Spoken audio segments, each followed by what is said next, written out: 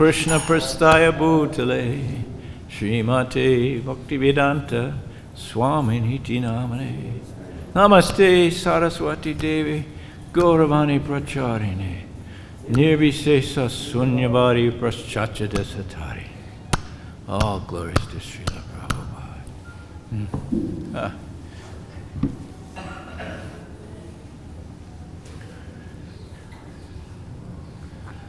We spoke yesterday about Volume 2, Chasing Rhinos with the Swami, how in early October 1970, Srila Prabhupada called 20 of his Western disciples to the shores of India. To do what? We didn't know for sure. He was calling it in his letters the World Sankirtan Party. That was it. There was no plan. It was a totally spontaneous gathering in Bombay. Of course, one of the things we'd learned about Krishna so far is that if you surrendered everything to him, he takes care of everything. So this had been our experience so far. Throw it to the wind, chase the rhinoceros for Srila Prabhupada, and everything would turn out perfect. We called it Krishna's magic in those days. We'd seen it happen so many times, over and over. For me, at almost 4 years, we'd been swept up in Krishna's magic. San Francisco, in London. Gosh, we were close friends already with the Beatles, the most famous people in the world. Everything was magic around Srila Prabhupada. So he says, come to India. We said, okay. What could go wrong? We were on Srila Prabhupada's magic carpet ride for sure. India. We talked yesterday about some of the themes that emerged from Srila Prabhupada's amazing first 18 months in India.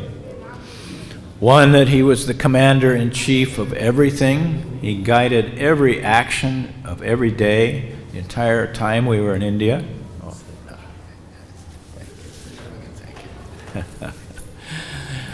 The second theme we talked about yesterday was that Prabhupada's timing was so historically perfect.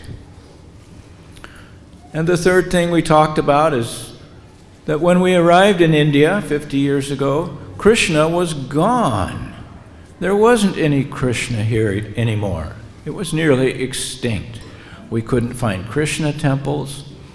Radhanath Swami told me many years later that he had a picture of this handsome young boy in his pocket with a peacock feather in his hair that he carried around India for 9 months, and nobody could tell him who it was until he saw our Krishna book at the Cross Maidan Festival in 1971 in Bombay.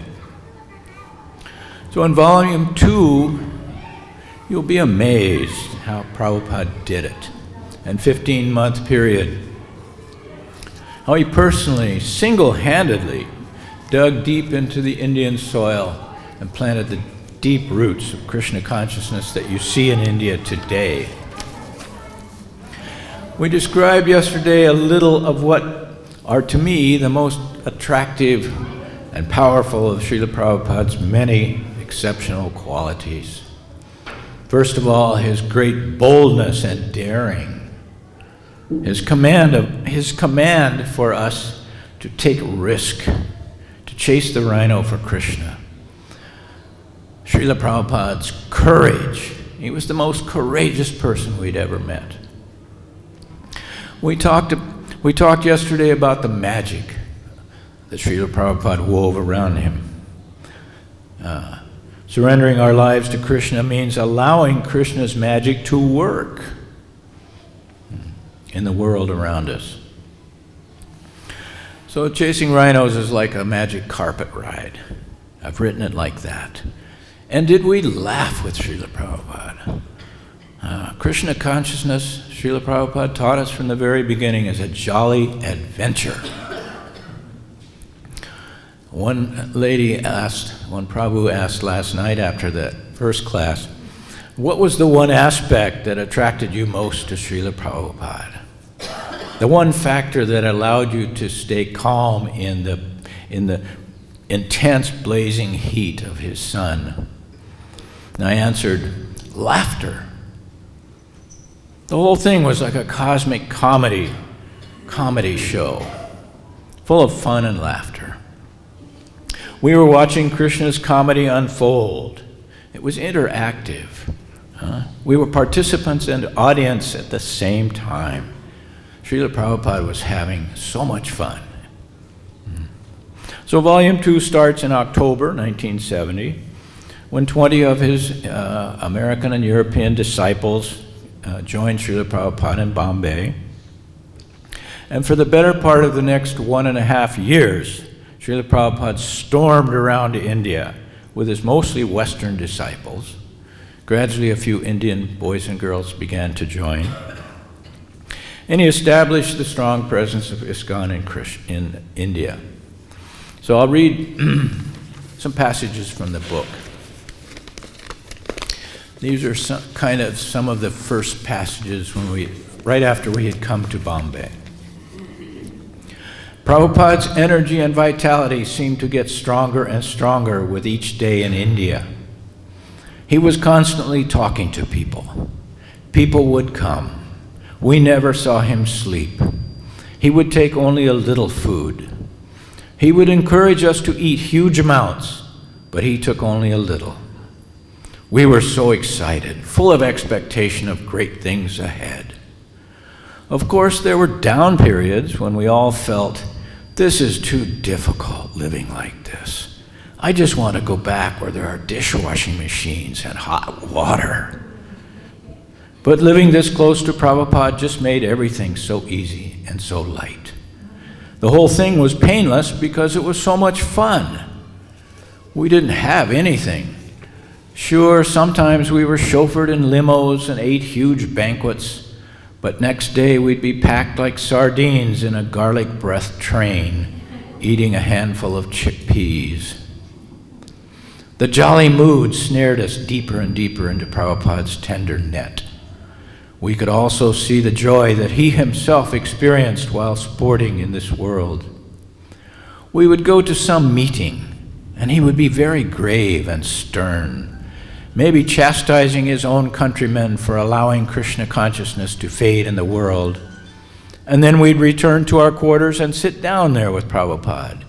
And he would recall something funny that happened at the program and break into uproarious laughter. Prabhupada would take morning walks in the hanging gardens on Malabar Hill, where other prominent gentlemen took their daily stroll. From the moment we'd start up wide stairs to the park, big industrialists, government leaders, the cream of Bombay society would rush to greet him and try to touch his feet. There was a casual imperial cadence to his walks at Hanging Gardens. Prabhupada strutting, shoulders cocked, loose in his hips, like a Lipinzanner purebred, weight on his heels, feet flicking to the side. Bhaktivedanta Swami was the talk of the town. And here's another passage from those days. As Prabhupada spoke on those golden mornings, the raucous caw of a crow outside, coo, coo, coo of pigeons in the courtyard.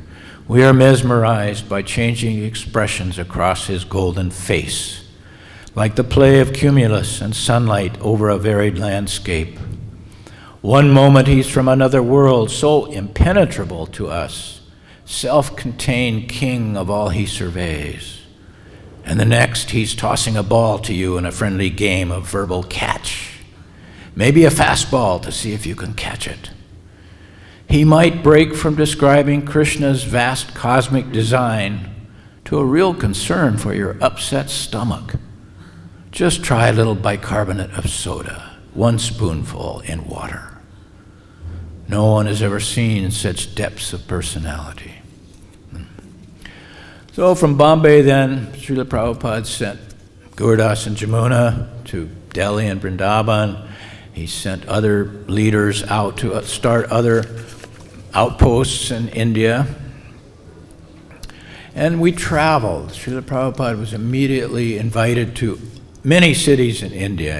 He first took us to Indore and Amritsar, and then Surat. I'll read one passage about Surat. Surat was the first time we were seeing in a Krishna-conscious city. The municipal authorities in Surat declared a municipal holiday for Srila Prabhupada's arrival with his Western disciples. They blocked off the streets of the whole town. The main intersection of downtown is where the pandal, or the stage, was set for Prabhupada to speak every night for a week at the main intersection of town. This entry into Surat immediately gave us the sense that we were doing something historic. This was a real first, something that had never happened before. Our Prabhupada, His Divine Grace A.C. Bhaktivedanta Swami, was unique in history, leading his tiny foreign army on a friendly crusade into deepest India. We began to see Prabhupada as a great saint here in his homeland, relaxed, the true spiritual father of India, taking his place on the balcony to address flushed and excited devotee crowds like the Pope at St. Peter's, his forehead plastered with sandalwood paste, the rooms and halls behind him suffused with the aroma of gardenias and tuberoses. Prabhupada was loving it, and we were loving him more each second. To see our father, our best friend, our master, so well treated, so revered by a whole city, it made us dizzy with new realizations that Srila Prabhupada was a saint. Prabhupada was being venerated for his virtue and knowledge as a living example of the truth. And seeing these angelic citizens of Surat, we realized too what the world might be like if everyone became a devotee of Krishna. Well, then from Surat we went to Allahabad, the Kumbh Mela, January and February of 1971. For 1 month, we set up a camp there. Here's a story that reflects Srila Prabhupada's awestruck disciples at this marvelous event, our eyes being open to the real India. Sadhus fall at Prabhupada's feet, interrupting our march, and Prabhupada laughs and blesses them all. He's enjoying this excursion, showing us the living Bhagavatam, the 33,000 sages gathered at Naimisharanya to hear the truth. The armies massing on Kurukshetra's battlefield, right here before our eyes, in 3D. Crowds thicken as we near the river.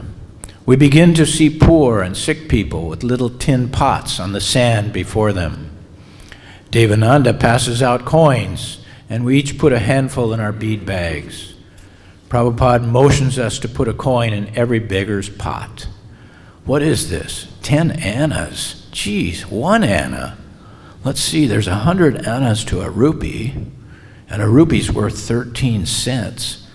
Come on, Hansaduta, make this leper's day. Give him 2 cents.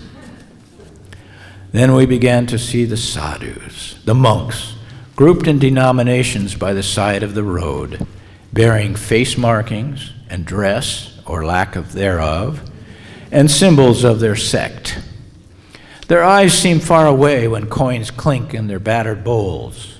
Each face the gateway to 1,000,000 ageless tales. As we near the river, the yogis appear, lined up and doing their tricks. What? Did you see that?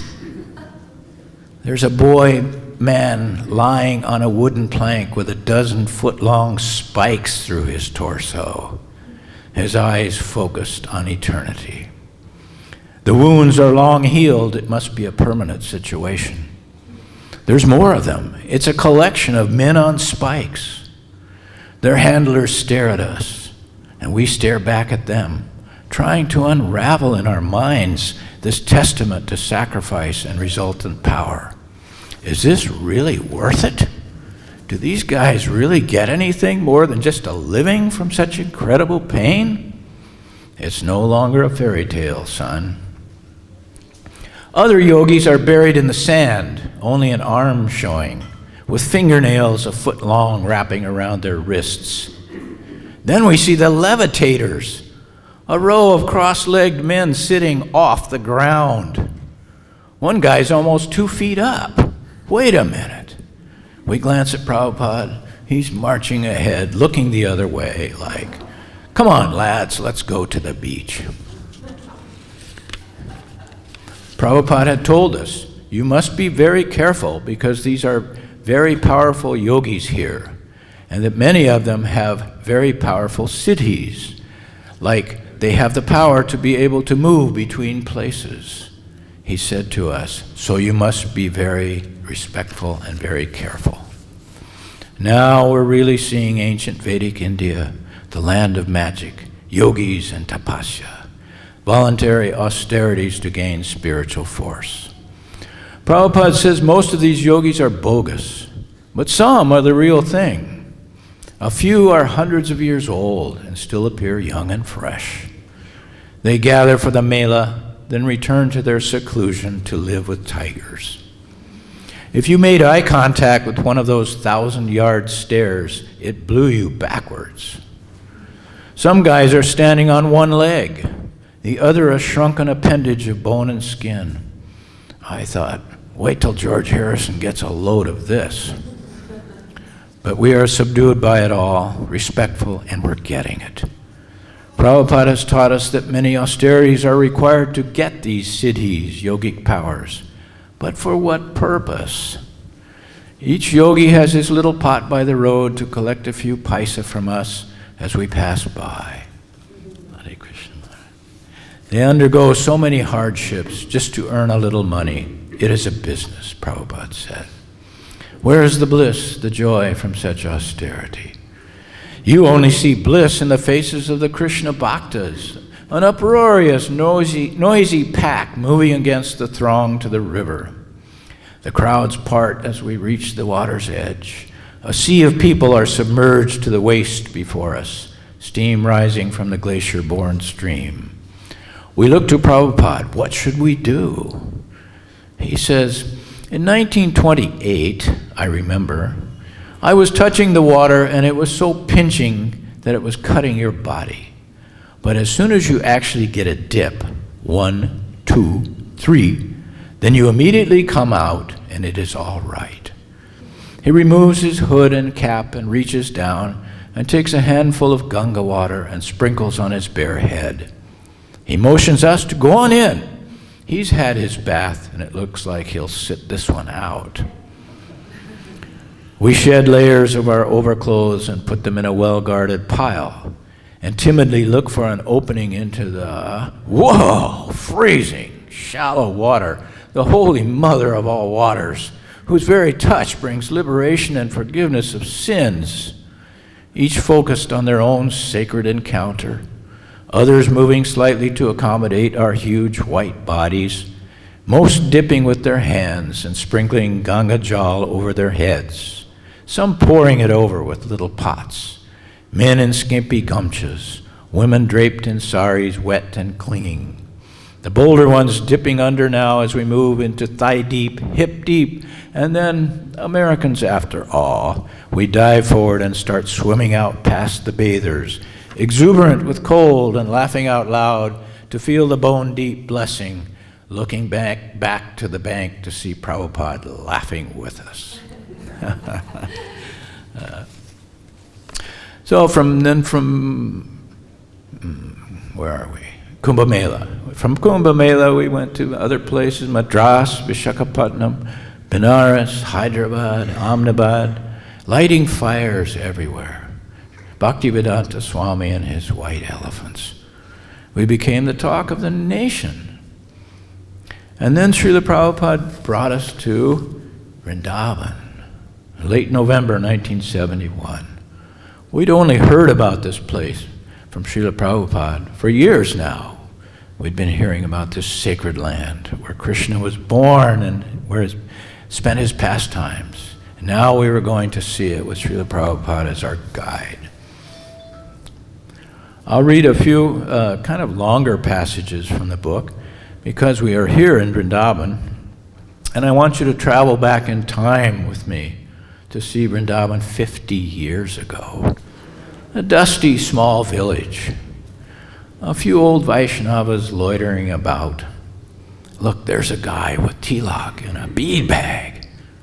Vrindavan, the land lingering in this quiet backwater of centuries, about to be discovered by Srila Prabhupada.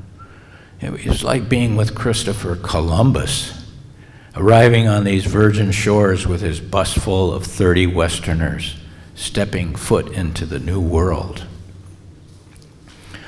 Right away, Prabhupada took us sightseeing. My little daughter, she's 2 years old, Saraswati, has got a shuddering cough from the cold nights and sleeping rough. But she follows or leads Srila Prabhupada around Vrindavan, sometimes holding his hand wherever he goes. Our first stop was Radha Damodar Temple, the tiny courtyard and rooms where Swamiji sat so many years to design the Hare Krishna movement seemed disappointingly small and drab at first. But when we saw the love in Srila Prabhupada's eyes and felt his connection with the place, we began to make the leap. Look behind what you see in Vrindavan, through the layers and deep dimensions where faith will take you to see the Holy of Holies. Was that a flute I heard? How many ecstatic dawns did Rupa Goswami see creep into this courtyard?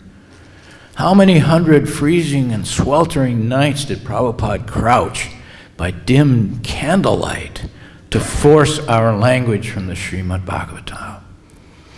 We feel the pangs of Prabhupada's lonely meditations and the rising ironic chuckle in his throat as he wrote in 1958, I am sitting alone in Vrindavan Dham. In this mood I am getting many realizations. Everyone has abandoned me, seeing me penniless. Wife, relatives, friends, brothers, everyone. This is misery, but it gives me a laugh. I sit alone and laugh. Who will give me news of them? Tell me who. All that is left of this family life is a list of names. As Srila Prabhupada's secretary, the cassette tape recorder and the handheld mic were my best friends. They allowed me to walk or sit beside Srila Prabhupada wherever he went. My excuse was to record every word, as he would point with his cane and say, this is the Samadhi of Jiva Goswami. And here is where Rupa Goswami wrote his books. Ha! Gesturing with his right index finger poking through his saffron silk bead bag, he looks 50 years younger as he takes the part of some demigod, or a demon, or of Krishna's mom when she looked into her son's mouth and saw the universe, eyes big as saucers, telling us the eternal stories of each place we passed. Dead matter coming to life with Srila Prabhupada's fluid animation. We were like his kids, the father taking us back to his own childhood haunts, showing us where this or that actually happened, from tales we had heard by the fireplace and could only imagine before. But Srila Prabhupada was in a negotiating mood. He returns to his room at Saraf Bhavan, and while his devotees continue sightseeing around Vrindavan, Prabhupada greets a parade of officials, godbrothers, elevated Brijvasis like Krishnadas Babaji and Gaurachand Goswami. In master salesman mode, Swamiji narrates his accomplishments in the West and asks the assembled luminaries for one thing only: land, land, land. Mr. Kashiram Saraf and his wife Gitabai tell Prabhupada that they have an empty 4-acre piece of land in Raman Reti, and they've considered donating it to a deserving spiritual group. Ramanreti means charming sands, the place where Krishna used to play with his cowherd friends. Sounds great, so we go look at it. Saraf Bhavan is across from the main post office in the center of Vrindavan, and this Ramanreti land is about 1.5 miles away, out in undeveloped forest and rice paddies, at the junction of Chatikara Road and the Parikram Path. It's nice, but Prabhupada, it's so far from town, and these people walk everywhere. Who will come all the way out there? Prabhupada likes this land nonetheless and expresses interest, but the offer is not firm, and Prabhupada doesn't want to seem over-anxious. Srila Prabhupada is more relaxed and intimate in Vrindavan than I have ever seen him, greeting and preaching and maybe bragging a bit to his old friends in his quarters, on the street, during meals and massages.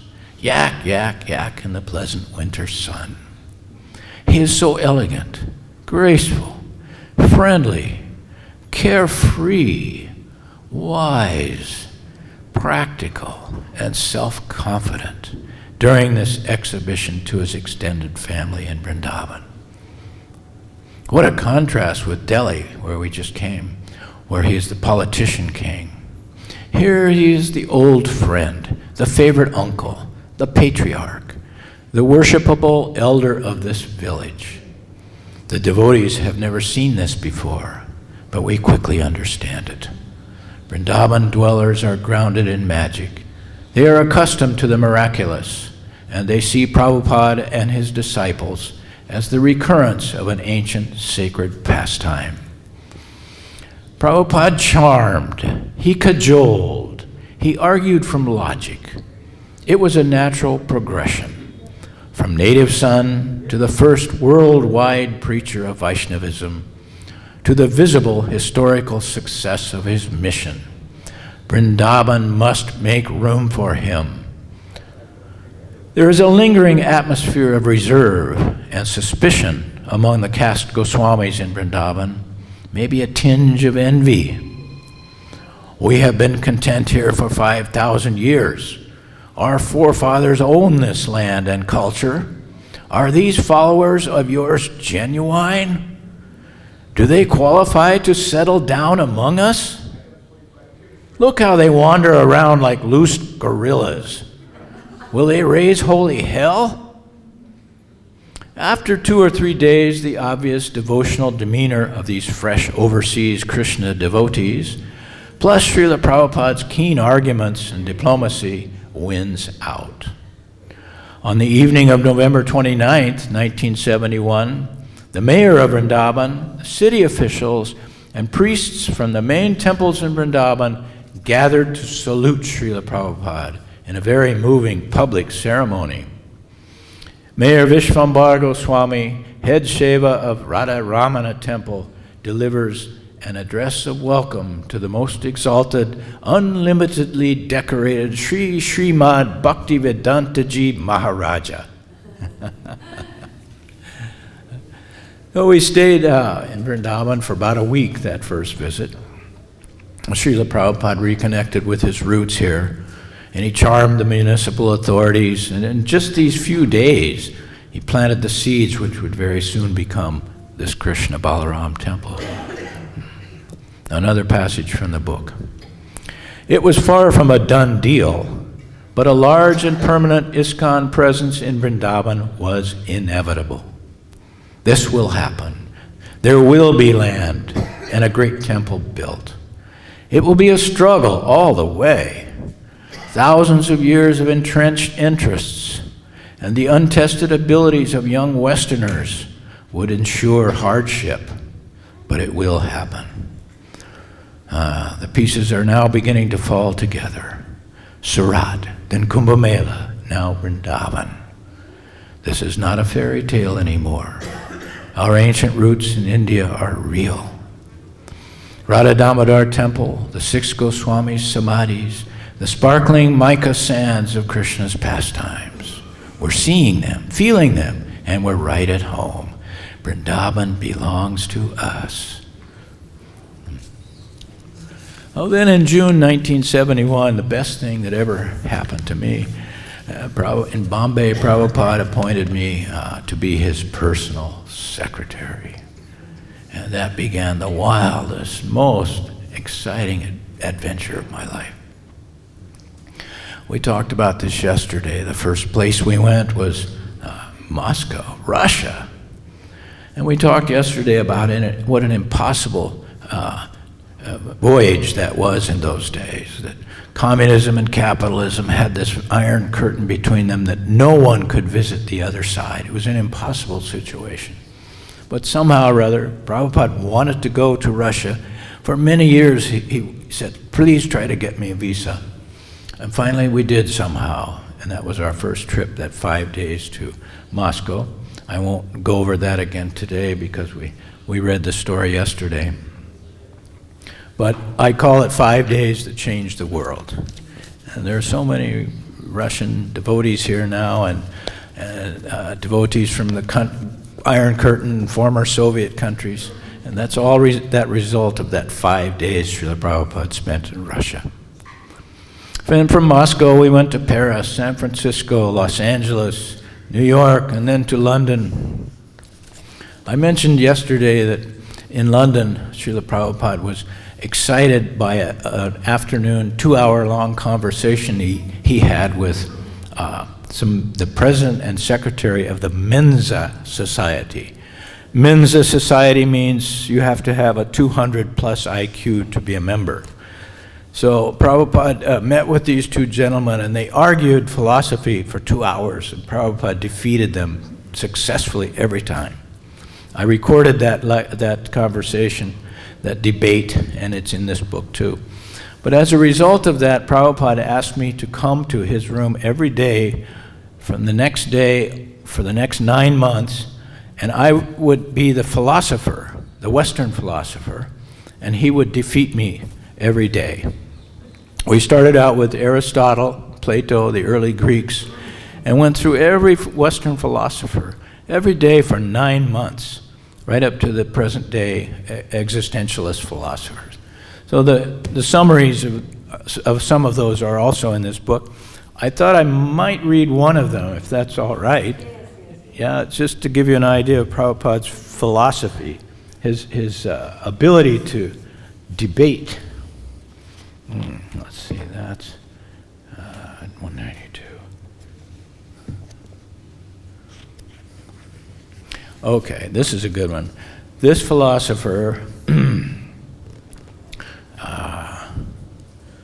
Prabhupada kind of agreed with many of the early Greek and early Christian philosophers. They were called the theists.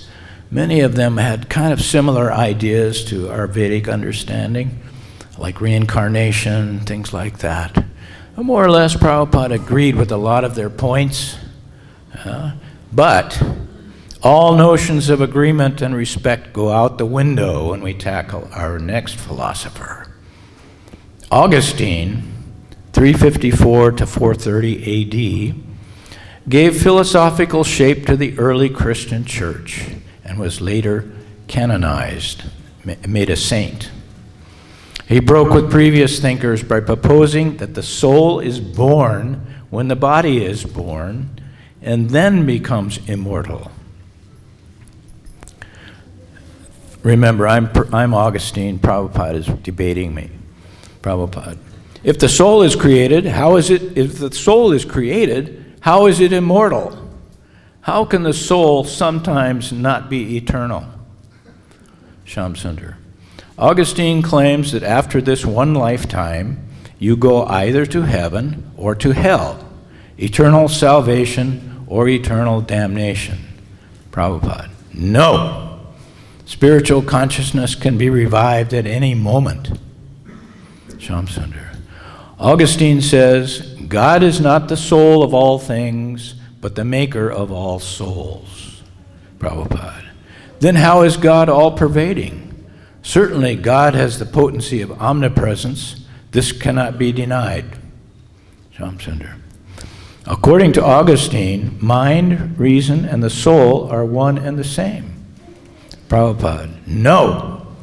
The mind and intelligence differ according to body, but the soul remains the same. ShyamaSundar. Augustine says, let these Platonists stop threatening us with reincarnation as punishment for our souls. Reincarnation is ridiculous. For the first time since we'd been having these philosophy discussions, Prabhupada became furious. No, reincarnation is scientific fact, he shouted, quoting Vedic verses to confirm it. The kicker came when Augustine said that only human bodies have a soul. ShyamaSundar. Augustine says, we do not apply thou shalt not kill to plants, nor irrational animals that fly, swim, walk, or creep. By the Creator's wise ordinance, they are meant for our use, dead or alive. Prabhupada, these men, there is no clear philosophy in Bible, so they are making up anything, using big words, and every rascal follows. The Bible says thou shalt not kill without qualification. So I'm beginning to see through Prabhupada's eyes how vast civilizations rise and fall on the philosophy of one man, and how important it is, once having found the true philosophy, to propagate that truth in a rational manner to all humankind. So many of those philosophy, very interesting discussions are in here. Prabhupada used to get so furious with me. I was just being the philosopher.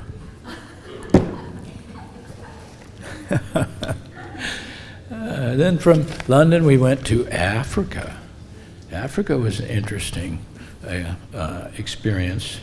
And I'll just read one little passage about Africa. Mm-hmm.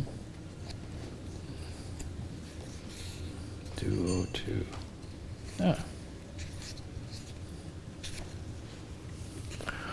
Okay, we're leaving Africa now. We're on the plane to Bombay. We are exhausted, but I can't sleep on the plane to Bombay, thinking about the last 6 weeks in Africa. How cool it is to see Prabhupada in action in a totally unknown environment. He is the pragmatic master of sudden chance, always finding fine balance between risk and impossibility. He knows what to do in every situation. I'm spellbound by his physical beauty, whether he's just awakened with heavy eyelids and a little gray stubble on his chin, or dressed to the nines for TV. I'm in love with his words as he takes on a BBC moderator, or the philosopher Thomas Aquinas. Prabhupada's actions are perfect.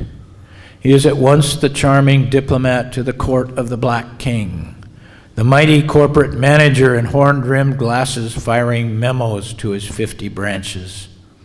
He is the great sage mounting the dice to bring us wisdom. Prabhupada is at once a simple man. Just bring one glass of water. And a game master thinking 4 moves ahead. He is inscrutable, complex, and also the modest maiden dressing for the ball. Shall I wear cotton tonight, ShyamaSundar, or silk?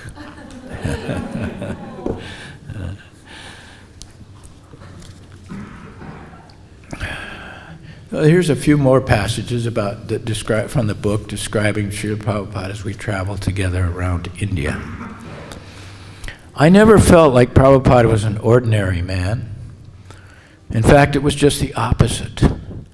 He was so obviously a spiritually empowered resident of another world, so far outside the ordinary, that I often felt unworthy to be in his presence, dejected by my own failings and insufficiencies. I often thought, I will never be able to do this, perfect this Krishna consciousness process like he has. How can I even aspire to it? But then he would ask, what is your opinion? Or make a funny face.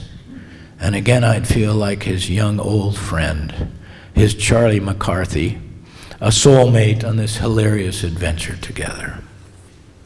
Here's another passage. As 1971 ends, from the calm eye inside Prabhupada's hurricane, I'm so proud of his vast expansion, his dreams and plans realized in such short time. I'm proud of my godbrothers and godsisters too, so dedicated and effective, so strong in carrying out Srila Prabhupada's schemes. How wonderful is the mysterious personal interference of Krishna for his pure devotee. Another passage. I'm seeing the world through Prabhupada's eyes. You plan, you point, then ease off to let Krishna spin the action around you. You watch for magic, the hints, the clues, this person, that letter, the butterfly that lands on your finger. And then you risk it all. You jump into Krishna's delightful real-time dream. So, after traveling around the world one time, October 1971, Srila Prabhupada, we returned to India. First there's I think this is, October 1971, November. Yeah, October, November. The Calcutta, the big show at Deshapriya Park in Calcutta, another 10-day pandal with thousands, tens of thousands of people coming every day. And then on to New Delhi, the LIC grounds in Connaught Circus. It was like hitting the bullseye of India for a 10-day pandal program. This was Srila Prabhupada as the ultimate politician. It's November 1971. India is on the verge of war with Pakistan. It's a powerful time. The air raid sirens are going off day and night. It's blackouts in the city. You have to shade your windows after dark. And the political leaders of India come to greet Srila Prabhupada, and they introduce him each night for 10 nights. People like the mayor of Delhi, the ministers of defense, the minister of finance, ambassadors, famous scientists and educators. There's a very interesting little, it was an interview, interview by a reporter the first night we're in Delhi.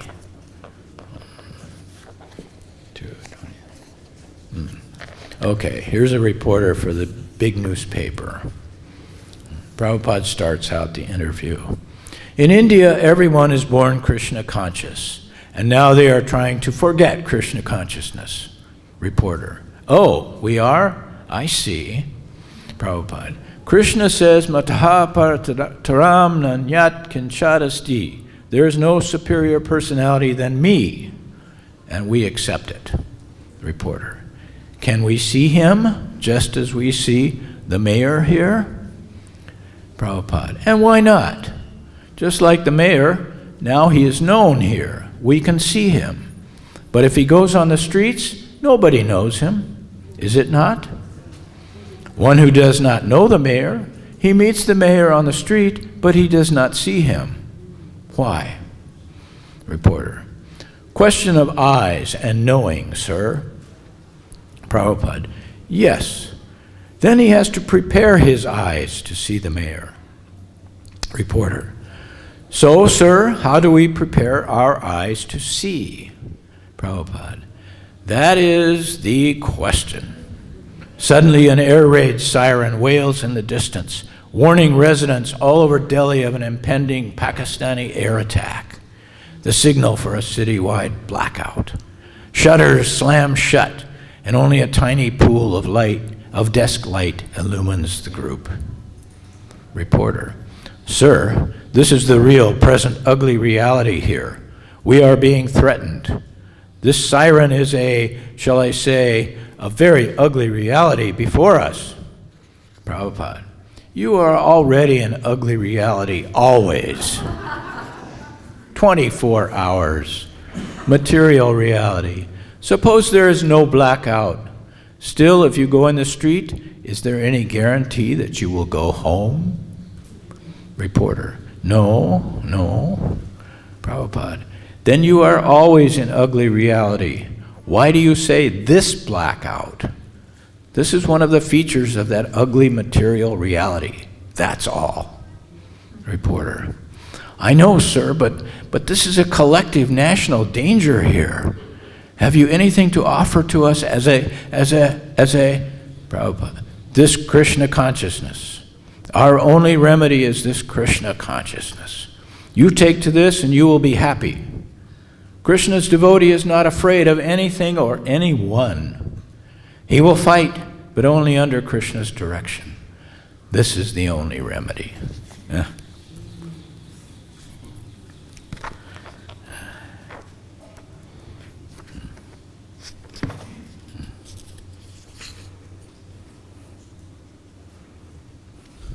Prabhupada's triumph at the Pandal event in New Delhi was like completing a full circle.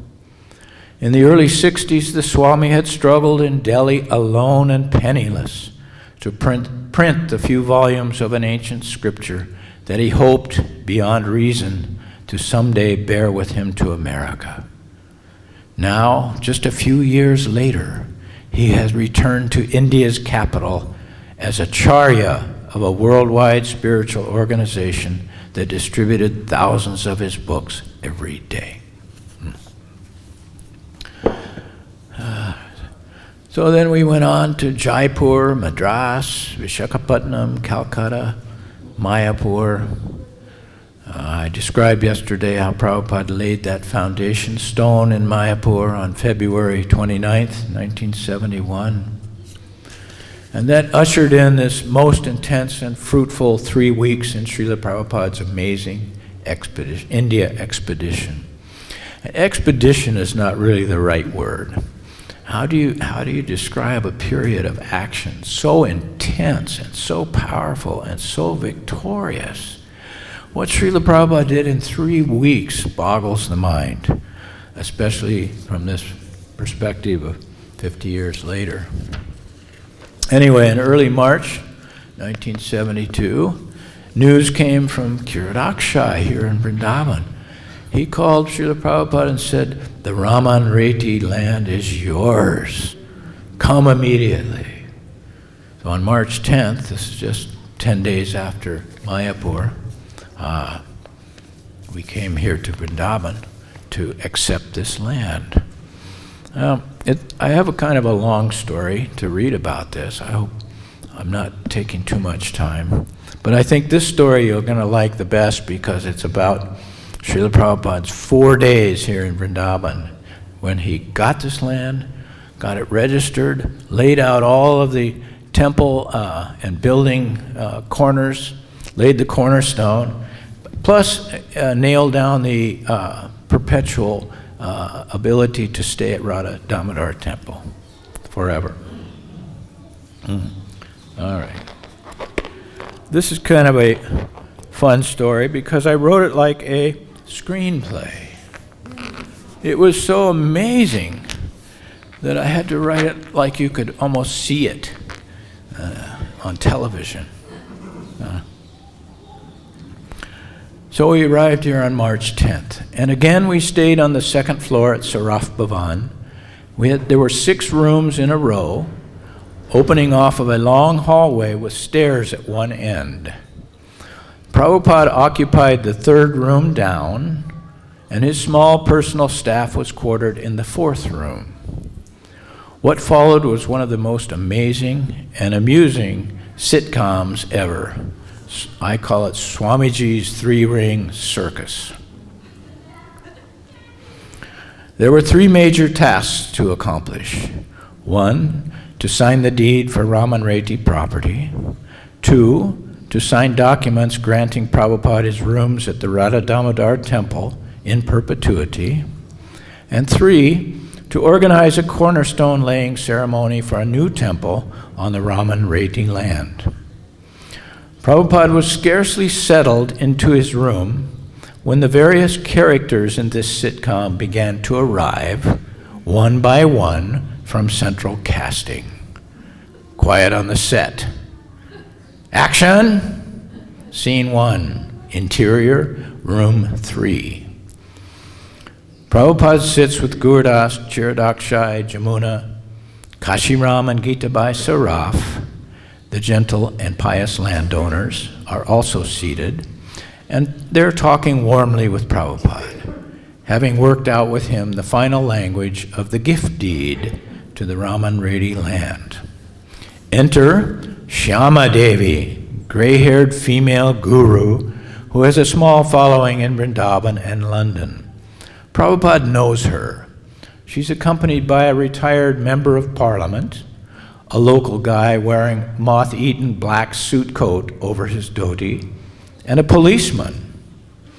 Shyama Devi points to the Sarafs.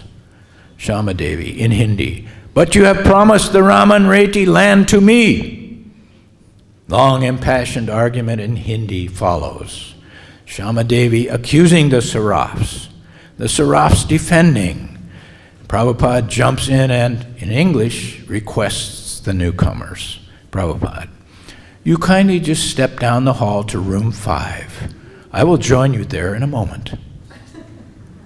Shyama Devi, furious, exits the room, indicating she's going home. The MP and the cop, apologetic, say they will wait in room 5 and exit. The Sarafs remain seated, visibly upset by Shyama Devi's intrusion, and Prabhupada placates them. Enter Gaurachand and Madan Mohan Goswamis, hereditary proprietors of Radha Damodar Temple. They have come to demand more money and stricter terms for Prabhupada's lease on the Radha Damodar rooms. Prabhupada knows that an ancient family quarrel prevents these two men from speaking to each other. Prabhupada, "Please kindly wait for me in rooms 1 and 2. I will come to see you there." Scene 2, interior, room 5.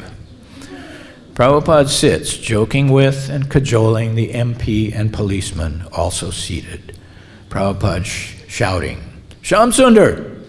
Enter ShyamaSundar, fresh from room 4, standing at attention. Prabhupada, "You may type the gift deed now for signing. There will be no further problem." ShyamaSundar, "Yes, Srila Prabhupada, I'll get right on it. And by the way, Dr. Kapoor is here. And your other godbrother, Krishnadas Babaji, he just showed up from Radhakund." Prabhupada, "Good, ask them to wait for me in room 6. The last room. ShyamaSundar exits. Scene 3, interior hallway. Time-lapse shot. Prabhupada, Gurdas, and ShyamaSundar shuffling between rooms 1, 2, 3, 4, 5, and 6, singly or together. Gurdas and ShyamaSundar carry sheaves of documents in both hands. A brief stay in each room, then on to the next. The clock on the wall spins through 2 hours. Scene 4, interior, room 3. Prabhupada sits with ShyamaSundar, Jamuna, Chiradakshai, and Gurdas. ShyamaSundar, "I'm typing the Radha Damodar agreement, Prabhupada, with that new clause, rooms shall not be used for commercial purposes. But the electricity just went down. I can't finish typing it." Prabhupada, "Jamuna, you know this, what is it, calligraphy? You can make agreement in nice handwriting. Is that all right?" Jamuna, "Yes, Srila Prabhupada." ShyamaSundar and Jamuna exit. Chiradakshai, "We shall have to purchase the government tax stamps for both deeds, Swamiji, 165 rupees. Can you give me one check?" Prabhupada, "Government will not take check." Chiradakshai, "No, I will cash it with my friend." Gurdas, "And I will have to go to Mathura, Prabhupada, after you sign with Gaurachand to register the deed." Scene 5, interior, room 6. Prabhupada sits with Dr. Kapoor, Krishnadas Babaji, Gurdas, and ShyamaSundar. Dr. Kapoor, "So you have got how many temples now?" Prabhupada, "I'm not sure." Gurdas, "You have got 92 temples now, Srila Prabhupada." Prabhupada, 92? Dr. Kapoor, laughing. Ah, you don't know yourself. Prabhupada, yes, actually, Kapoorji, I do not know how things are going like this. I tell you frankly, I have no credit, but things are going on like this. It is something like, of course I am not comparing exactly, just like Krishna could not understand about his potency, and therefore he became Radharani's feature to understand himself. Of course this is just a comparison. Things are taking very wonderfully. Just see these boys and girls, how seriously they have taken. Dr. Kapoor, this is just what strikes people. How can these people be so sincere and so earnest? Scene 6. By the way, I recorded all of these. This is just, the dialogue is right off an old tape. Scene 6. Interior room 3, night. Prabhupada sits with all his Vrindavan's disciples, everyone laughing. Gurudas, you did it, Prabhupada. ShyamaSundar, both deeds are signed. Prabhupada, and tomorrow I shall have to go to Mathura for notarizing? Gurudas, yes, along with the seraphs. We have got one car coming at 10. Prabhupada, before that we shall go to Raman Reti and make a plan for the foundation stone ceremony. Scene 7. Exterior Raman Reti land, early morning. Prabhupada walks the open land with all of his Vrindavan disciples. Gurudas and ShyamaSundar each carry one end of a 10-foot rope. They measure off lengths and widths as Prabhupada describes each building and marks its boundaries in the sand with his cane. Prabhupada, this will be the main temple. We shall call it Krishna Balaram Temple. Put one residence building here, Prasadam Hall and kitchens are there, and schools should be very large, 100 meters minimum over there. You dig one pit just here, same as Mayapur, and we shall install an Antasesha day after tomorrow. Is that all right? Everyone answers, Jai Srila Prabhupada. So this is the script from the very beginning of Krishna Balaram Temple. There's one verse, from Chaitanya Charitamrita that sort of summarizes the energy and accomplishments of Srila Prabhupada during this very short time among us on this planet. And I'll just read you that one verse.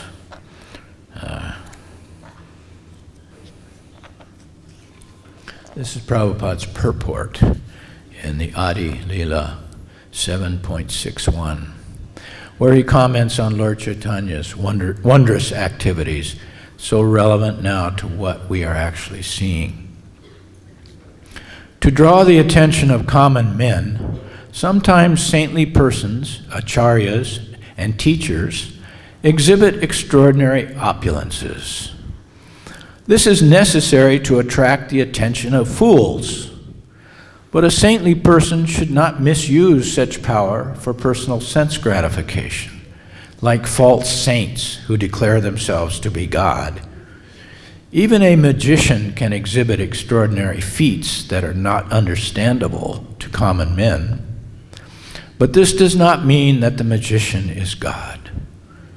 It is a most sinful activity to attract attention by exhibiting mystic powers, and then to utilize this opportunity to declare oneself to be God.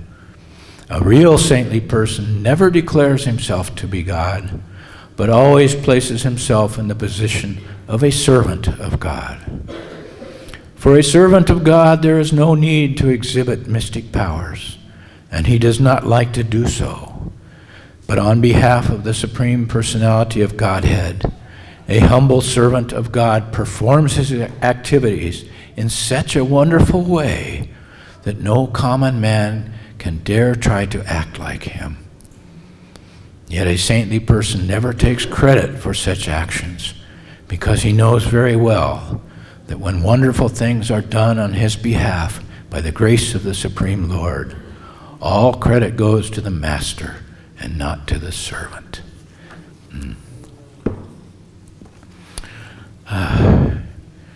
On April 1st, 1971, and Srila Prabhupada's initial work in India was done.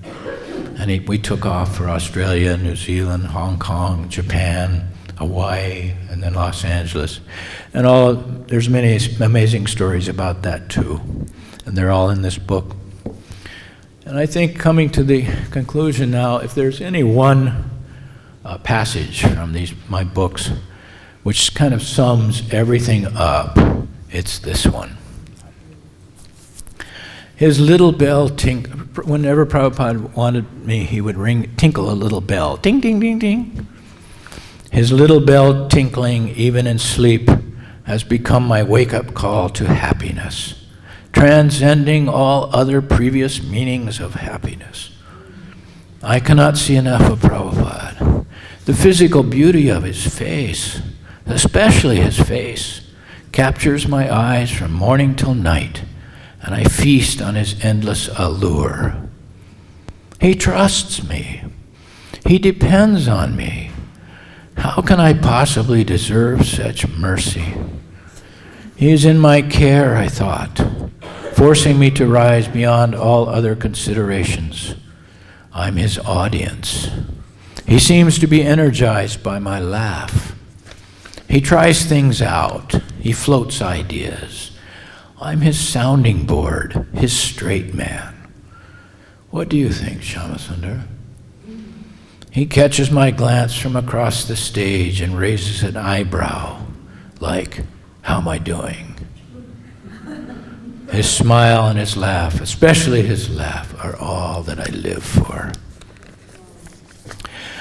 So I've written this volume 2, Chasing Rhinos with the Swami, especially for the devotees here in India, so you can better understand the unimaginable foresight and the boundless energy and profound determination that Srila Prabhupada had.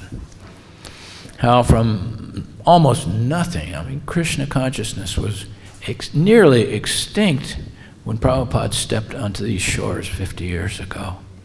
How in such a short time he laid the groundwork and structure for the vast power and influence of ISKCON and Krishna consciousness in India today. These are stories of pure magic and adventure. I wrote it like an adventure novel. It's like hold on to your seats when you read this book. This book is for you. But now you have to change the world. There's 500 pages, 180 photos. It's been a vast labor of love, and I'll be signing some books in the back now if you like. And please know that all income from sales from Volume 2 goes toward the printing of Volume 3, which is already written. I'm just waiting to get the money to print it.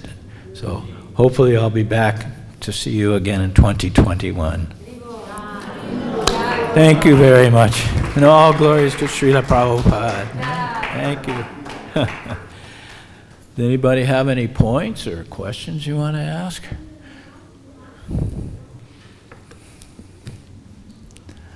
Yeah. Any stories from Volume 3? Volume 3 will be very interesting. It takes up in India. We spend, there's 1 month, we spend here in Vrindavan, Prabhupada's first big program in Vrindavan, the Nectar of Devotion talks, where he lectures in the courtyard by the Radha Damodar temple every morning and night for 1 month. That'll be covered in Volume 3. Many other great stories in Volume 3. Much of Volume 3 is taken through in the summer of 1973 at Bhaktivedanta Manor. In that 3-month period, Prabhupada sat down in a quiet place. He didn't really have programs outside. So to please him, we brought intelligent or famous or interesting people from all over Britain. Every day we brought somebody different to talk with him in his room. And I recorded all these conversations. They're extremely enlightening. I call it like the high point of Prabhupada's preaching among us that summer in 1973. The talks that he has with these people, all the way from world-famous celebrities, rock stars, film stars, down to the village policemen, ordinary people. Each one represented a different type of personality, and Prabhupada preaches to them in a very pleasant way. You'll read some very exciting stuff in Volume 3.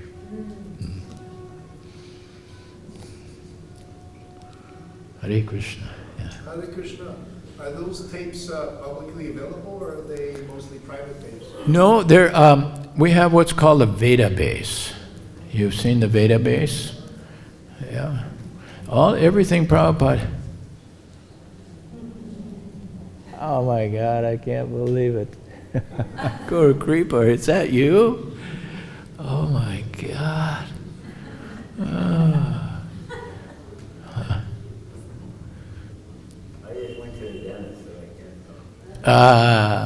Here's one of the Prabhupada's greatest devotees right here in this very room. Guru Kripa. Didn't we have fun? Oh man, did we have fun. God, I mean, one of the most amazing stories about you I remember. When you and, I forget the other fellow's name, spent the 3 days during the flood in Mayapur in the rafters of a hut, a flooded hut with a snake, a big snake up there. Was that a python or? I think it was a python, you told me. These guys. Everyone, Mayapur was flooded, 8-10 feet of water, and we had one hut there, and Guru Kripa and one other boy stayed behind to guard it.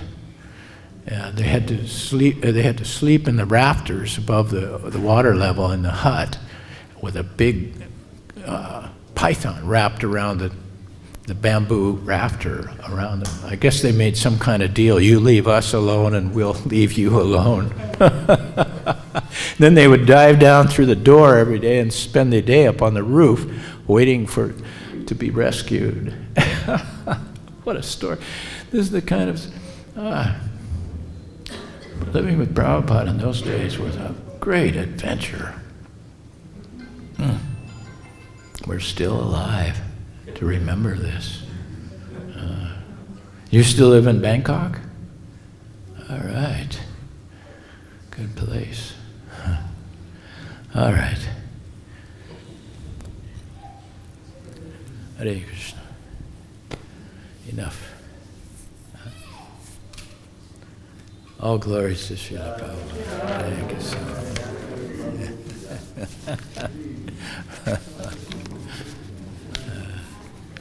Anyway, if you want a book, I'll be in the back signing.